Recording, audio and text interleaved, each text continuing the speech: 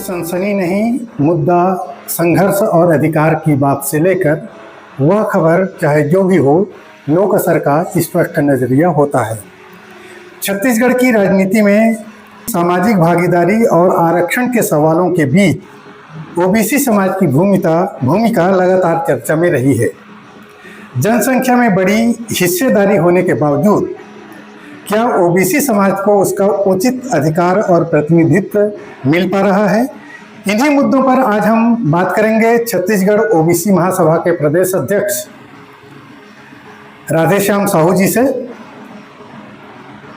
सामाजिक न्याय, आरक्षण, जातिगत जनगणना, शिक्षा, रोजगार और राजनीतिक भागीदारी जैसे कई अहम सवालों पर होगी लोक असर। और इस वक्त हमारे मेहमान हैं छत्तीसगढ़ ओबीसी महासभा के प्रदेश अध्यक्ष राधेश्याम साहू जी। साहू जी, आपका हमारे चैनल लोक असर में बहुत बहुत स्वागत है। तो दोस्तों, बिना विलंब किए हम बातचीत का सिलसिला शुरू करते हैं। साहू जी, सबसे पहले आप अपने बारे में और छत्तीसगढ़ ओबीसी महासभा के उद्देश्य के बारे में बताइए। ओबीसी महासभा प्रदेश इकाई छत्तीसगढ़ ओबीसी महासभा वास्तव में ये राष्ट्रव्यापी संगठन है जी। और केवल छत्तीसगढ़ में नहीं, पूरे देश भर में ये संगठन कार्यरत है। और हमारा जो विजन है, ओबीसी महासभा का विजन बहुत क्लियर है। आबादी के बराबर हिस्सेदारी जी। आबादी के बराबर हिस्सेदारी लेने के लिए हमारा बहुत सारे मिशंस, पैरामीटर्स तैयार हुए हैं। उस पर हम लोग अभी पूरे छत्तीसगढ़ सहित पूरे भारत देश में काम कर रहे हैं। मैं छत्तीसगढ़ के प्रदेश अध्यक्ष होने के नाते छत्तीसगढ़ में जो ओबीसी हक अधिकार के लिए, उनके हित संवर्धन एवं संरक्षण के लिए जो हमने शासन प्रशासन से मांग किया है या कर रहे हैं, उसके संबंध में आपको आपके लोक असर के माध्यम से जन जन तक पहुंचाना चाहता हूँ जी। विजन आबादी के बराबर हिस्सेदारी का है जी। और उसके मिशन तैयार हुए हैं। पहला हमारा मिशन ये है कि राष्ट्रीय जनगणना में ओबीसी की भी कॉलम कोड नंबर निर्धारित होनी चाहिए। छत्तीसगढ़ में ओबीसी महासभा किन प्रमुख मुद्दों पर कार्य कर रही है? पहला प्रमुख मुद्दा यही है कि हम राष्ट्रीय जनगणना जो ज्वलंत मुद्दा है, क्योंकि आप सबको विदित होगा कि राष्ट्रीय जनगणना गुलाम भारत में 1931 में हुई थी। आज़ाद भारत में आज तक राष्ट्रीय जनगणना जाति आधारित नहीं हो पाई है। हम चाहते हैं कि स्वतंत्र भारत में जाति आधारित जनगणना हो, हर वर्ग का अपना आंकड़ा हो और उस आंकड़े के आधार पे उनके विकास के लिए, उनके कल्याण के लिए कार्य योजना बने, बजट बने, ताकि हमारे समुदाय जो सोशली एंड एजुकेशनली बैकवर्ड कहा जाता है, हमारे समाज भी दलित हुए हैं, शोषित हुए हैं और अशिक्षा का शिकार हुए हैं, सामाजिक अन्याय का शिकार हुए हैं। इसलिए हम चाहते हैं कि सबको उनकी हिस्सेदारी मिलनी चाहिए। ये हमारा पहला मोटोज है। दूसरा हमारा जो महत्वपूर्ण चीज़ है 27% आरक्षण। आप सबको विदित होगा 27% आरक्षण केंद्र के नौकरियों में 1993 से मिला है, लेकिन अविभाजित मध्य प्रदेश में आज तक हमको 14% मिल रहा है। लगभग आपको 33 वर्ष हो गया ये हम 27% आरक्षण की मांग केंद्र के समान हो ऐसा मांग कर रहे हैं। आपको विदित होगा पिछली सरकार ने 27% आरक्षण की विधेयक भी पास हुआ, लेकिन राजभवन में आज भी अटका हुआ है।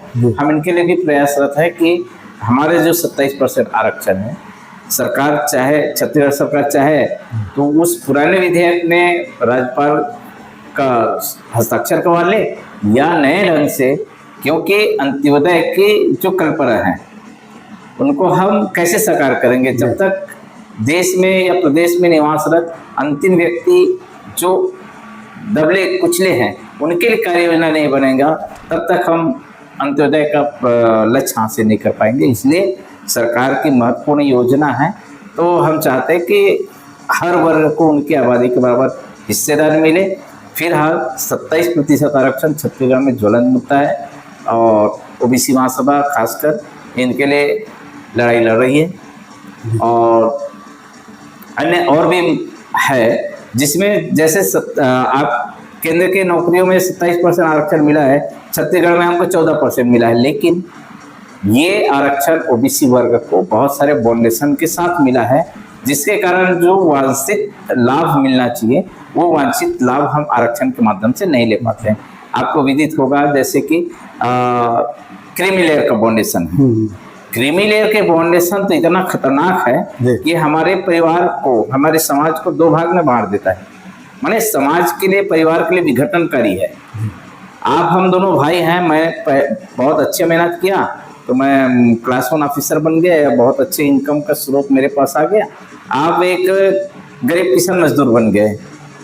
अब हमारे बच्चे, आप अगर, आपकी स्थिति बहुत अच्छी नहीं है, मेरी स्थिति कहीं क्लास 1 ऑफिसर बन गया, तो हमारे दोनों बच्चे को, आपके बच्चे को लाभ मिलेगा ओबीसी का, लेकिन मेरे बच्चे को ओबीसी का लाभ नहीं मिलेगा। तो ये जो क्रीमी लेयर का बाउंडेशन है वो बहुत खतरनाक है और हमारे समाज को पीछे धकेलने का ही काम कर रहा है। वास्तव में ये एक कहावत है आदरणीय, जैसे कि चना मैंने हाथ में लिया और चना को मैं उस व्यक्ति के पास टिका रहा हूँ जिस व्यक्ति के पास दांत नहीं है। अब जो दांत नहीं है वो व्यक्ति उस चना को कैसे खाएगा, और जिनके पास दांत है, जो सक्षम है खाने के लिए, उनके पास से हम चना को हटा रहे हैं, छीन रहे हैं उनसे। ये ऐसे ही है क्रीमी लेयर का बाउंडेशन। और दूसरा बाउंडेशन जो लगा हुआ है 50% कैपिंग। आपको मालूम होगा इंदिरा सैनी जजमेंट में जो जजमेंट माननीय सुप्रीम कोर्ट का आया था, उसमें टोटल आरक्षण का प्रतिशत 50% से ऊपर नहीं हो सकता। तो ये बाउंडेशन सिर्फ ओबीसी समुदाय के लिए है, ना ये एसटी के लिए है, ना एससी के लिए है, ना अभी वर्तमान में ईडब्ल्यूएस आरक्षण आया, उसको भी 50% कैपिंग से बाहर रखा गया है। अपन अगले सवाल की ओर बढ़ते हैं। संविधान के अनुच्छेद 340 में ओबीसी वर्ग के अधिकारों और उत्थान की स्पष्ट व्यवस्था है। व्यवस्था होने के बावजूद आज भी ओबीसी समाज अपने संवैधानिक अधिकारों के लिए उतना संगठित और मुखर क्यों नहीं है? देखिए, समाज संगठित है और संगठन का परिणाम है शुरू से ही, जैसा कि आपको मालूम होगा, संविधान के अनुच्छेद 340 की व्यवस्था के अनुसार पहला कमीशन जो बना, काका कालेलकर आयोग बना, उसमें ओबीसी के हक अधिकार की बात कही गई थी, जिनको तत्कालीन सरकार ने रोक के रखा। जब मोरारजी देसाई की सरकार बनी 1977 में, तो उस समय हमारे ओबीसी के नेताओं ने काफी दबाव बनाए और वो अभिवचन दे के आया था पार्टी कि हम यदि सरकार में बैठते हैं तो काका कालेलकर आयोग की रिपोर्ट लागू करेंगे। तो हमारे नेताओं ने काफी संघर्ष किया और दबाव बनाया।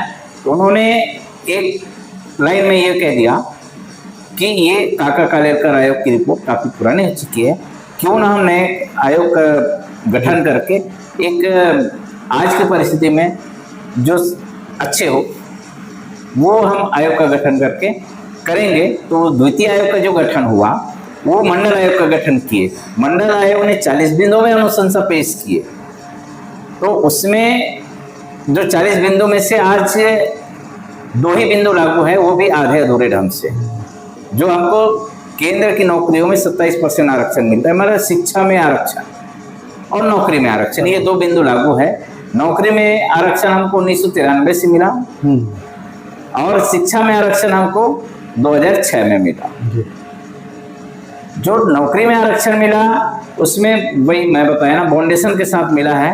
2-4 हमारे मतलब जो हमारे साथ हुआ है, क्रीमी लेयर के बाउंडेशन, कैपिंग के बाउंडेशन, तो ये खतरनाक है। अगर आरक्षण देना है सरकार को तो निःशर्त दे, जैसा कि एसटी को आरक्षण मिलता है ना।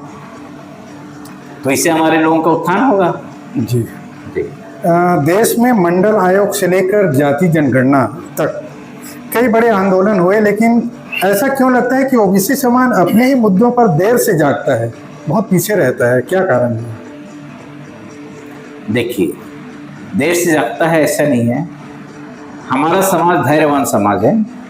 जैसे आपको मालूम होगा, मैं तो इस मिशन में 2019 से काम कर रहा हूँ। 2019 से लगातार हम लोग, उस समय जब 2021 की कास्ट सेंसस होना था तो हमने 2011 में जो कास्ट सेंसस हुआ था जिसमें पृथक से ओबीसी वर्ग की भी गणना की गई थी, उनकी आंकड़ा अधिकृत रूप से प्रकाशित करने के लिए हमने कई बार शासन को पत्र लिखा, ज्ञापन सौंपा, पूरे छत्तीसगढ़ में नहीं पूरे भारत देश में जी जी अधिकृत रूप से आंकड़ा प्रकाशित करने के लिए हमने मांग किया, अनुरोध किया।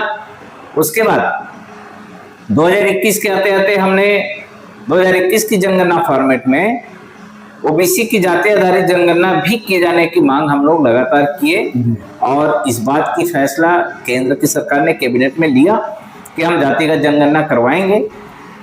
अगर हमारा समाज जागता नहीं तो शायद उस कैबिनेट में बातें नहीं होती जातिगत जनगणना की। आज भी सरकार बोल रही है कि इस बार का सेंसस जो हो रहा है 1931 की भांति कास्ट सेंसस हो रहा है, हम करवा रहे हैं, सरकारी का ये वादा है, ये दावा है। आज ही मैंने एक समाचार पत्र में पढ़ा कि किसी ने, सुधाकर जी ऐसा कुछ नाम है, उन्होंने जाति सेंसस माने कास्ट सेंसस को लेकर के सुप्रीम कोर्ट में याचिका दायर किए थे, उनके याचिका को खारिज कर दिया गया। सरकार को ये हक है जानने का कि हमारे देश में किस जाति के कितने लोग हैं और उनको क्या क्या लाभ मिल रहे हैं। भाई हमारी जनगणना नहीं होगी तो हमारे लिए योजनाएं कैसे बनेगी, हमारे हिस्से कहाँ आएगा। और ओबीसी महासभा एक गैर राजनीतिक संगठन, सामाजिक संगठन है। ओबीसी महासभा इस बात को प्रखरता के साथ रखते आई है और यदि हमें जातिगत जनगणना हमारी होती है तो हमको आबादी के बराबर हिस्सेदारी चाहिए और हिस्सेदारी सार्वजनिक निजी क्षेत्र के साथ साथ विधायिका, कार्यपालिका, न्यायपालिका सभी में हमको बराबर का हिस्सेदारी चाहिए। ये बताइए साहू जी, आपके नेतृत्व में प्रदेश स्तर पर अब तक कितने धरना प्रदर्शन, आंदोलन या जन आंदोलन हुए हैं? उन आंदोलनों का वास्तविक परिणाम क्या निकला? आपको मालूम होगा हमने 22 नवंबर 2022 को बुढ़ातालाब रायपुर में, जहाँ पे उस समय धरना स्थल हुआ करते थे, वहाँ पे हमने महासभा किया, रैली भी निकाले। हमारे प्रदेश भर के लोग जुड़े थे और बाकी अदर स्टेट से भी लोग आए थे। हमने जगह जगह कॉन्फ्रेंस किया और काफ़ी संख्या में लोग एकत्रित हुए और 22 नवंबर के बाद 24 नवंबर 2022 को कैबिनेट की बैठक हुई। कैबिनेट की बैठक में ST SC के आरक्षण के साथ साथ ओबीसी को भी आरक्षण का प्रावधान उस कैबिनेट की बैठक में फैसला लिया गया, जिसका सर्वसम्मति से विधेयक पास हुआ 2 दिसंबर 2022 को। ये आंदोलन हमने किया। आपको मालूम हो ये भी होगा कि उसके बाद हमने मार्च में भी एक आंदोलन किया जिसमें लगभग 15,000 लोगों का हस्ताक्षर युक्त ज्ञापन हमने कास्ट सेंसस के मामले में 27% आरक्षण के मामले में सौंपा। रायपुर बुढ़ातालाब की बात है। उसके बाद हमने देखा कि हमारे ओबीसी समाज के लोगों के साथ बहुत अन्याय हो रहा है, अत्याचार हो रहा है, भेदभाव हो रहा है। तो हमने मसाल रैली पूरे प्रदेश भर के हर जिलों में निकाला। क्यों निकाला? ओबीसी प्रोटेक्शन बिल लागू करने के लिए। ओबीसी प्रोटेक्शन बिल लागू करने के लिए हमने मसाल रैलियां पूरे जिले में निकाला, जिसका परिणाम कहा जा सकता है कि अभी उच्च शिक्षण संस्थानों में जो यूजीसी का बिल आया है, केवल अभी उच्च शिक्षण संस्थानों में के लिए आया है, उसमें भी माननीय सुप्रीम कोर्ट ने शायद किसी ने को आपत्ति हुई तो उन्होंने जा करके रोक लगवा दिया है। हम सरकार से आपके लोक असर के माध्यम से ये संदेश देना चाहते हैं सरकार को कि हम यूजीसी का पूर्ण समर्थन करते हैं। वो यूजीसी लागू होना चाहिए यथावत, जो 13 जनवरी 2026 को यूजीसी का बिल आया था वो लागू होना चाहिए। प्रदेश अध्यक्ष बनने के बाद आपने संगठनात्मक स्तर पर कौन कौन से ठोस कार्य किए हैं जिन्हें आप अपनी उपलब्धि मानते हैं? जब हमने बालोद की इसी धरती से साहू सदन में पहली बार हमने मीटिंग किया 5 जनवरी 2020 को 19 को, तो हम लोग 10-15 लोग थे जहाँ पे ओबीसी महासभा का जो अंकुरण हुआ उस समय हम जिला संयोजक हुआ करते थे जिला संयोजक के साथ साथ मैंने 2-4 महीना काम किया। मुझे राष्ट्रीय अध्यक्ष ने, राष्ट्र के जो पदाधिकारी हैं ओबीसी महासभा के, उन्होंने मुझ पर विश्वास जता करके प्रदेश उपाध्यक्ष की जिम्मेदारी दी है और मैंने प्रदेश भर में घूम घूम करके ओबीसी महासभा को संगठित करने का प्रयास किया और मैं लगभग 6 महीना काम किया था और सितंबर 2020 में मुझे प्रदेश अध्यक्ष की जिम्मेदारी राष्ट्रीय अध्यक्ष और महासचिव के द्वारा दिया गया और उसके बाद मैंने लगातार काम किया और पूरे प्रदेश भर में आज हमारी ओबीसी महासभा की टीम तैयार है।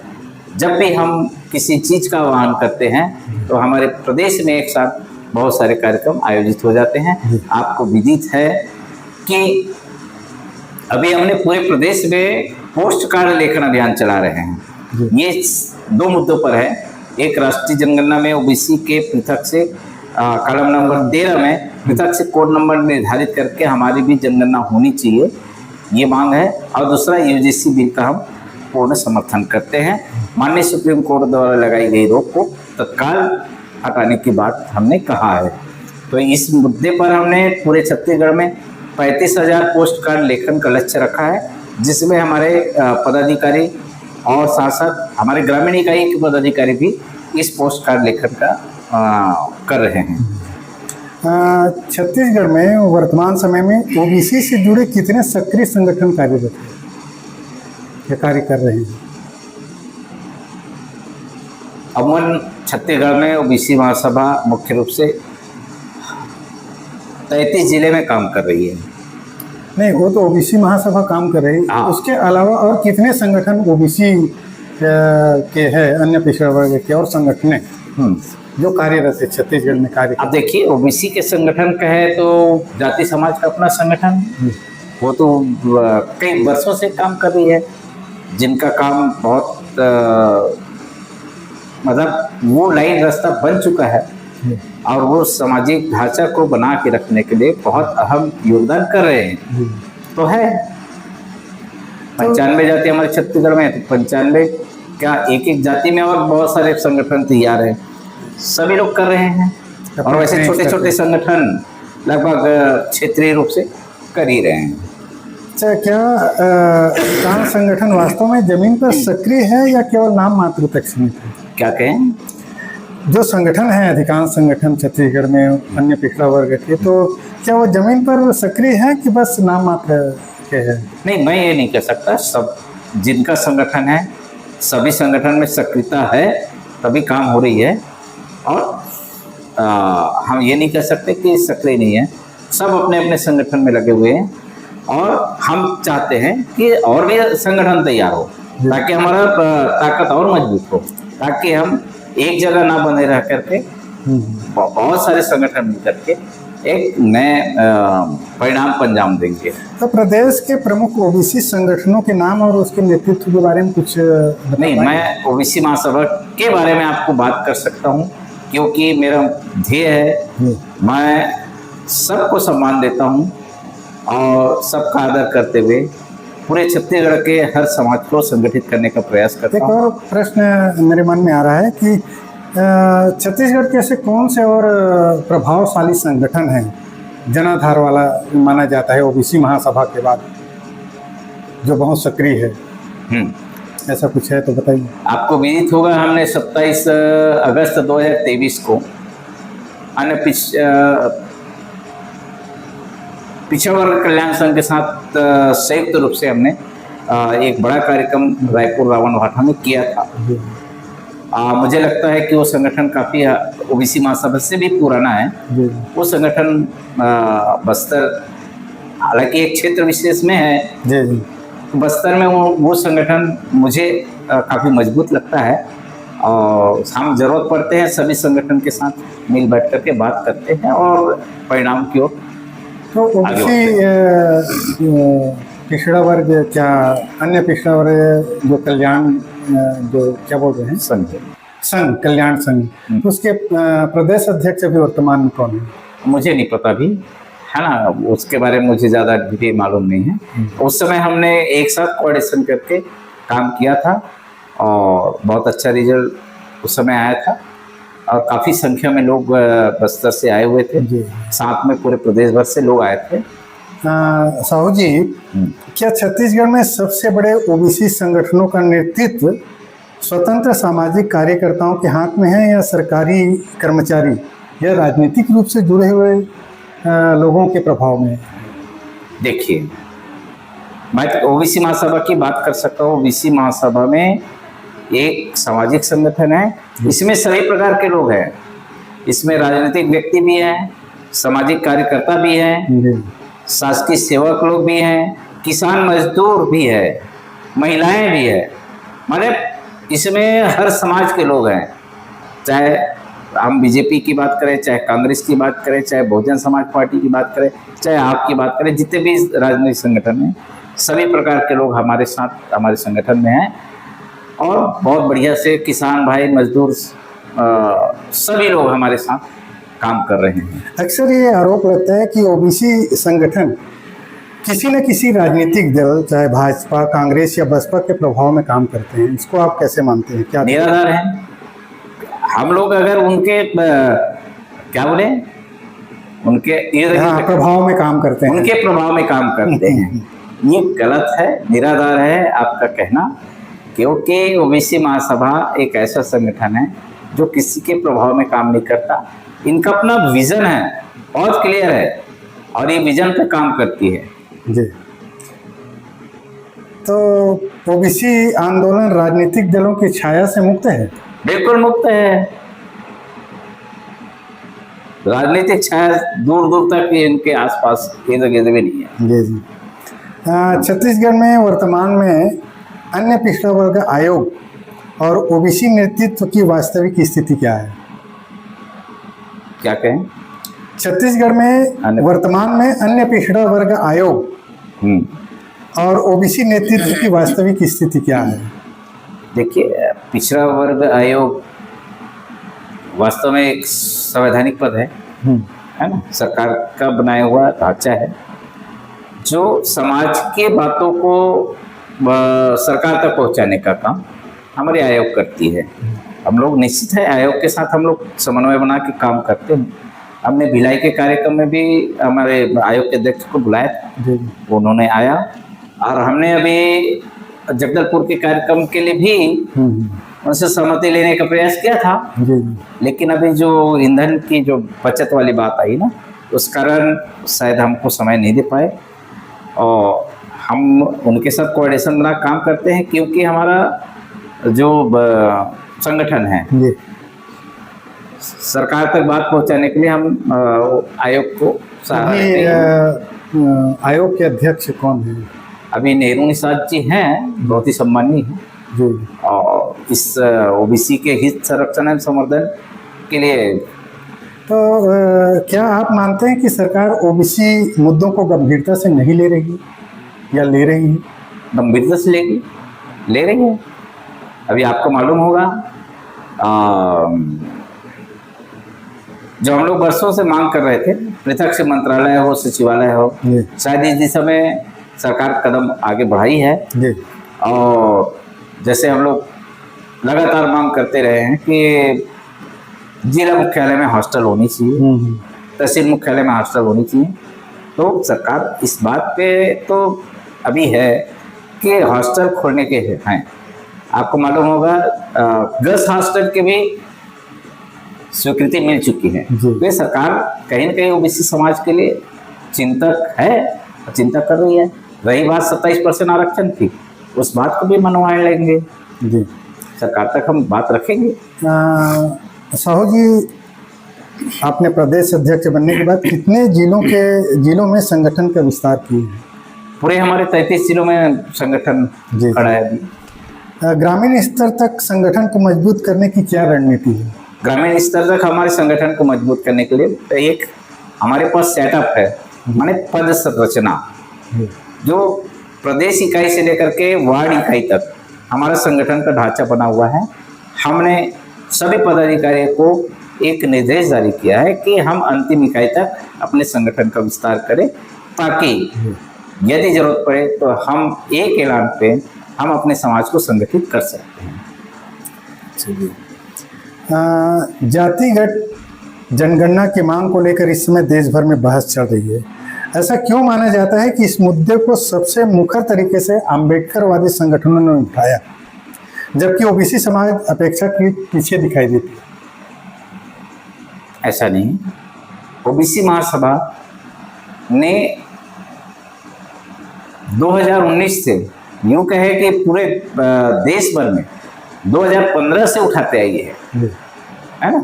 हमारे राष्ट्रीय कोर कमेटी के मेंबरों ने नेताओं से मिलकर के इस बात को उनके ध्यान में लाए कि राष्ट्रीय जनगणना का मुद्दा है, इसमें ओबीसी की जाति आधारित जनगणना नहीं होती है।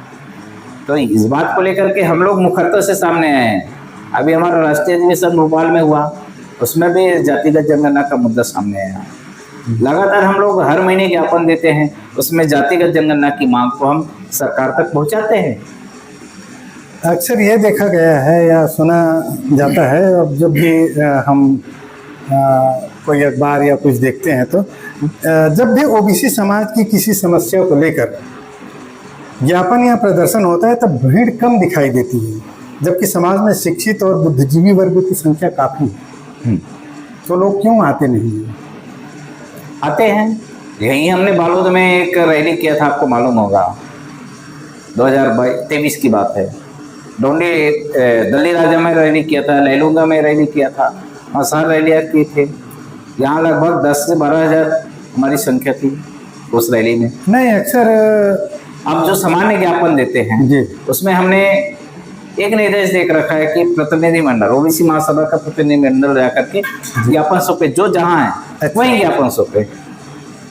हमारा भीड़ बढ़ाने में विश्वास नहीं है। हमारी जो मांगे हैं वो सरकार तक पहुंचनी चाहिए, क्योंकि 100 बोला कि 1 लिखा, इस बात पर विश्वास करते हैं। हम लिख के दें, अगर आप तहसील मुख्यालय में है तो तहसीलदार को ज्ञापन दीजिए, अनुभाग में है तो अनुभागीय अधिकारी को दो, जिला में हो तो जिला कलेक्टर को दो। जी जी। तो हमने इस ढंग से व्यवस्था बना कर रखा है। अच्छा। और हम दूर से लोगों को ज़्यादा बुलाना नहीं चाहते हैं, ज्ञापन देना है, आप दीजिए। क्या ओबीसी समाज सामाजिक चेतना के स्तर पर अब भी बिखरा हुआ है? क्या बोले? ओबीसी समाज सामाजिक चेतना के स्तर पर अब भी बिखरा हुआ है? अब भी बिखरा हुआ है नहीं कह सकते। ओबीसी अब जाग रहा है, अपना हिस्सा मांग रहा है ना। अब जाग चुका है, अब इसको कोई ताकत नहीं रोक सकता। ओबीसी को हक अधिकार देना पड़ेगा, चाहे कोई भी सरकार हो। दे रहा है, दुरुस्त है, लेकिन देखिए देश को आज़ाद कराने में कितने साल लगे होंगे? काफ़ी वर्ष लगे। तो भाई जब उस आंदोलन को खड़े करने में जिसमें पूरे देश शामिल थे, तो देश के आधी आबादी ओबीसी है जिनकी कास्ट सेंसस नहीं होती है। तो हमें दूसरी आज़ादी के लिए हमने तैयारी कर लिया है और हमें अपनी हक अधिकार मिलेगा, ये आसान्वित होकर के हम लोग काम कर रहे हैं। क्या ओबीसी समाज में जातियों के बीच आपसी एकता में कमी भी बड़े आंदोलन खड़े नहीं होने के कारण है? ऐसा हो सकता है, लेकिन मैं नहीं कहता। हमने तो जाति से जमात की ओर जाने की बात कही है।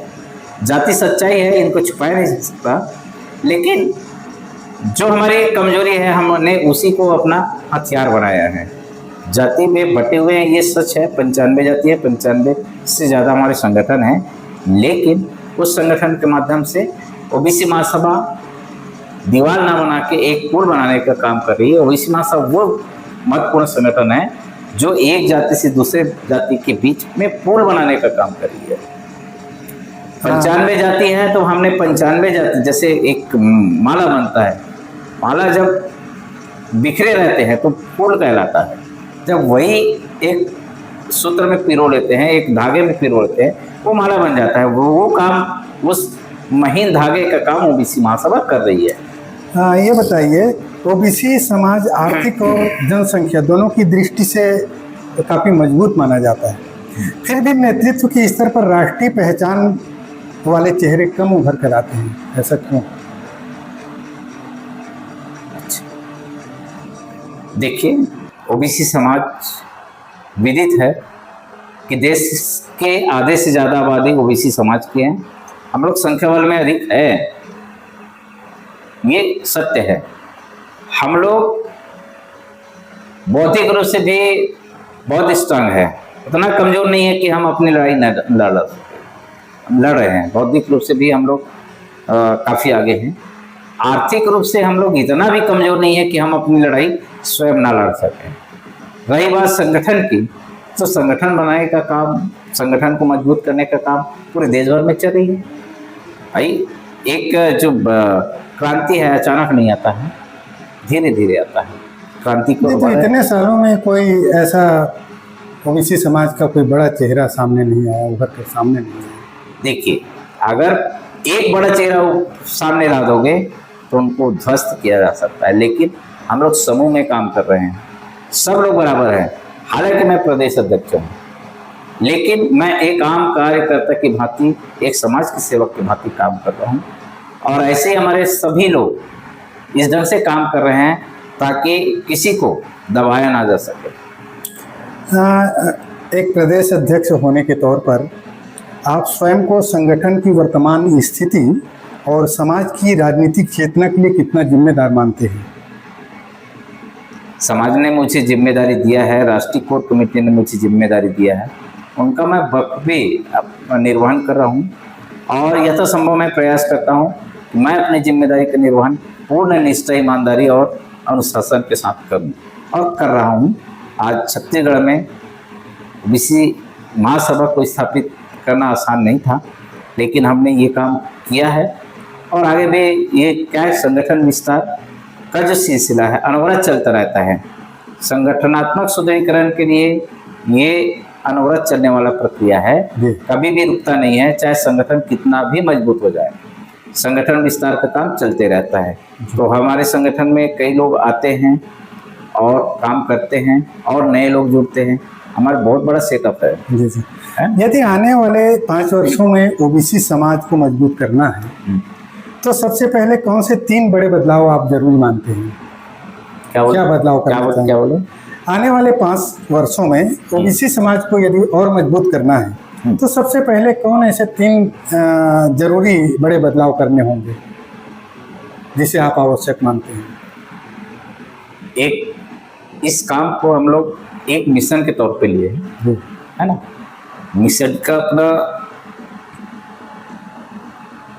क्योंकि सामाजिक क्रांति जो लाना है वो मिशन के तौर पे करके ही हम लोग ला सकते हैं। तो पहला मैं तो प्राथमिकता यही देता हूँ कि संगठन का विस्तार। अगर संगठित हो गए हम लोग तो अपनी मांगों को कभी भी मनवा सकते हैं।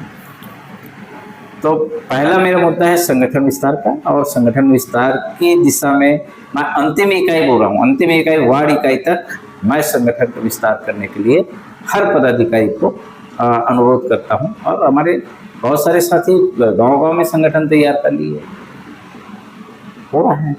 और दूसरा महत्वपूर्ण चीज़ है हम लोग आर्थिक सशक्तिकरण का, है ना। आपने कहा कि ओबीसी समाज आर्थिक रूप से आप सुदृढ़ है, उसके बाद भी संगठित नहीं है। तो हम लोग वास्तव में आर्थिक रूप से हम लोग सुदृढ़ नहीं है। इस सुदृढ़ता के लिए हम लोग काम कर रहे हैं। आपको मालूम होगा, एक ओबीसी समाज कामगार समाज है, मेहनत का समाज है, पालनहार समाज है, सीधे साधे स्वभाव वाले समाज है। लेकिन आज हम लोग अपने संवैधानिक अधिकार को समझने लगे हैं, और जीविकोपार्जन के साथ साथ हम अपने संवैधानिक अधिकार के लिए हम लोग आगे बढ़े हैं। क्या ओबीसी आंदोलन अब केवल आरक्षण तक सीमित रह गया है, या शिक्षा, रोजगार, निजी क्षेत्र में भागीदारी और राजनीतिक प्रतिनिधित्व जैसे मुद्दों की भी लड़ाई की जरूरत महसूस कर रही है? ओबीसी महासभा का विजन है, मिशन है कि राष्ट्रीय आबादी बराबर हिस्सेदारी चाहिए, सभी क्षेत्रों में चाहिए, न्यायपालिका, कार्यपालिका, विधायिका।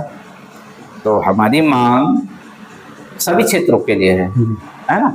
और आर्थिक सशक्तिकरण के लिए भी काम चल रहा है, राजनीति में हमको आरक्षण मिले, ये भी काम चल रहा है।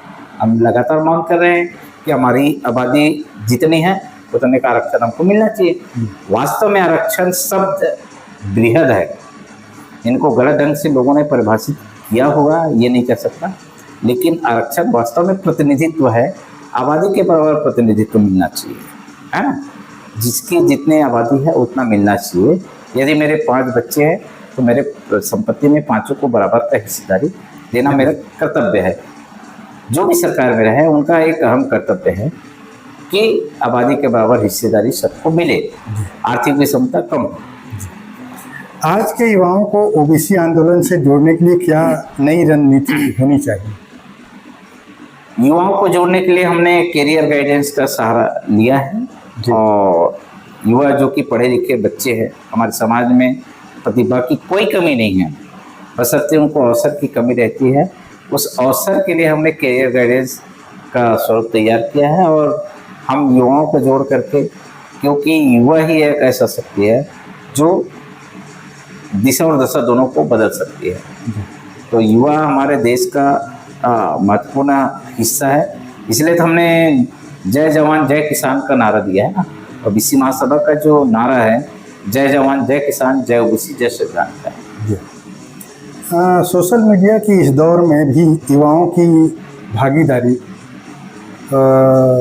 ओबीसी की ओर कम दिखाई देती, सीमित दिखाई देती है, तो ये कितना सही है?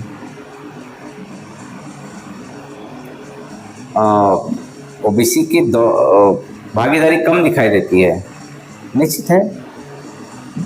मैं शुरू से बोल रहा हूँ कि क्रांति आने में समय लगता है, देश को आज़ाद करने में। क्या देश के सभी लोग आंदोलन में कूद गए क्या? आपको मालूम होगा कि देश के आज़ादी के लिए आप यदि अभी वर्तमान में स्वतंत्रता संग्राम सेनानी खोजोगे तो कई ब्लॉक में एक दो मिलते हैं ना। तो आंदोलन को खड़ा करने के लिए हर लोग आगे आ जाए ऐसा नहीं है। जो रणनीतिकार होते हैं, है ना, हमारे हर क्षेत्र में पदाधिकारी काम कर रहे हैं और इनके माध्यम से हम समाज के अंतिम व्यक्ति तक अपनी बातों को पहुंचा सकते हैं और क्रांति का बिगुल फूंक सकते हैं। अंतिम सवाल की ओर बढ़ते हैं। क्या आपको लगता है कि ओबीसी समाज अपने वोट की ताकत को समझता है या अब भी केवल चुनावी आंकड़ा बनकर रह गया है? वोट के अधिकार को समझ रहे हैं, पूरे समझ रहे हैं। आपको आमूलचूल परिवर्तन देखने को मिलता है, आप गौर से देखेंगे ना, सब समझ में आ जाएगा। यदि आपको पूरे ओबीसी समाज को एक संदेश देना हो तो आप क्या कहेंगे संघर्ष, संगठन और अधिकार की लड़ाई को लेकर? संगठित रहो, मेरा नारा है। अनुशासन, समर्पण और सहयोग। मैं समाज के सभी लोगों से अपील करना चाहता हूँ कि जो लड़ रहे हैं उनको सहयोग करें और सहयोग के साथ साथ उस आंदोलन में हिस्सेदारी बने, ताकि कल के दिन में हमारा आने वाला भविष्य हमें दोषारोपण न करे। हमारा नैतिक जिम्मेदारी है, अगर मैं इस समाज में पैदा हुआ हूँ तो मेरा नैतिक जिम्मेदारी है कि मेरे समाज को संवैधानिक अधिकार, सामाजिक न्याय, समतामूलक समाज की स्थापना के लिए मैं अपने कर्तव्य का निर्वहन करूँ। इस जीवन में मैंने जो पाया है, इस जीवन को जो पाया है, मेरा जीवन चरितार्थ हो जाए, इस उद्देश्य के साथ मैं अपने समाज को संगठित करने का और उनको हक अधिकार दिलाने के काम हम लोग कर रहे हैं। क्या बस्तर और सरगुजा क्षेत्र के ओबीसी समाज की समस्याएं अलग हैं? देखिए, जो बड़ी समस्या है, राष्ट्रीय स्तर की समस्या है या प्रादेशिक स्तर की समस्या है, सबकी समान है। राष्ट्रीय जनगणना सबको चाहिए, आरक्षण सबको चाहिए। और जो लोकल समस्याएं हैं, जैसे 5वीं अनुसूची की बात करें, सरगुजा और बस्तर में लागू है, वहाँ पे हमारे लोग वास्तव में, जैसे आपने देखा होगा त्रिस्तरीय पंचायत चुनाव में जो बदलाव आया, हमारे लोग न सरपंच बन पा रहे हैं, न पंच बन पा रहे हैं। जितने भी पंचायती राज की व्यवस्था है उसमें पदाधिकारी नहीं बन पा रहे हैं। पहले क्या था, उसमें कुछ हमारे लोगों को लाभ मिल ही रहा था। राजनीति की ओर, माने जनप्रतिनिधि बनने की ओर हम लोग बढ़ रहे थे, उनको कहीं न कहीं रोका गया है।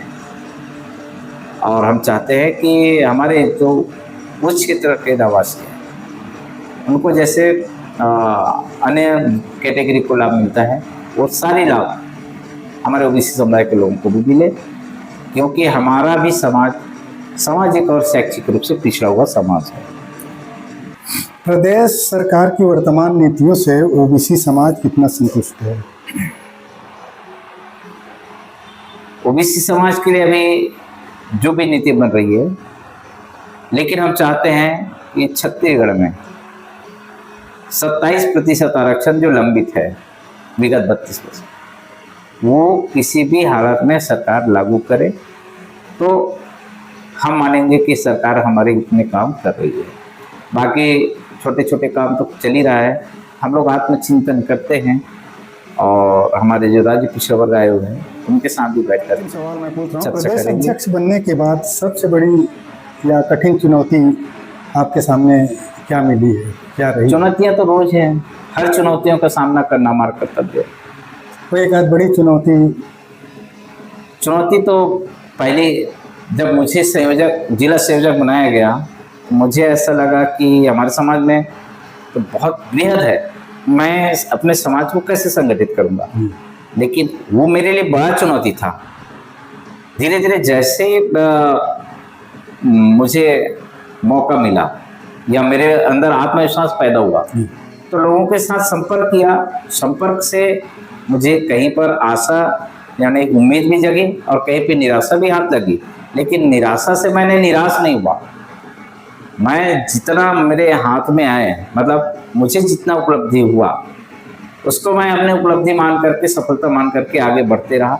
और आज छत्तीसगढ़ में पूरे 33 जिले में मेरा संगठन है और साथ ही साथ छत्तीसगढ़ देश का ऐसा राज्य है जहाँ पे ओबीसी महासभा सशक्त है।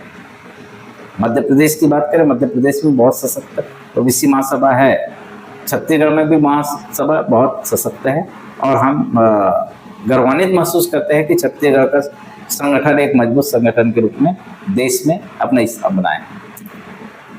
अंतिम सवाल, छत्तीसगढ़ में कौन कौन से क्षेत्र ओबीसी समाज के लिए सबसे पिछड़े माने जाते हैं? छत्तीसगढ़ में कौन सा समाज ओबीसी समाज पिछड़े माने जाते क्षेत्र? अब कौन से विदित है जो पिछड़े समुदाय है, हमारे बस्तर और सरगुजा समाज है,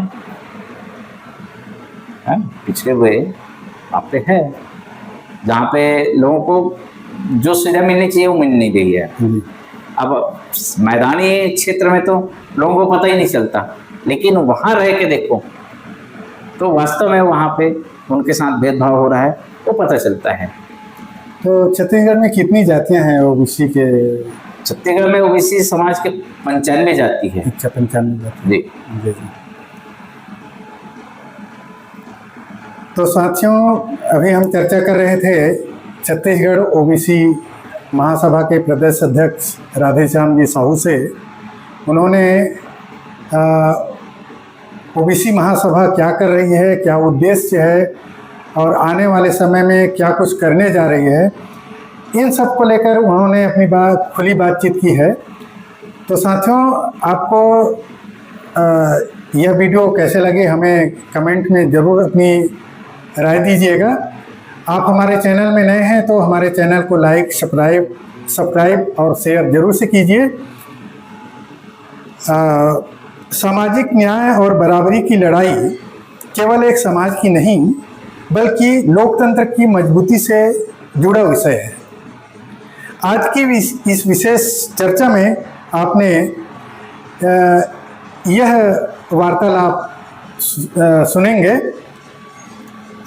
और ऐसे ही जन सरोकार के मुद्दे को लेकर हम आपके बीच आते रहते हैं। दूसरों को भी बचाएं, सावधान रहें, सुरक्षित रहें, देखते रहिए लोक असर। मैं हूं दरवेश आनंद। नमस्कार।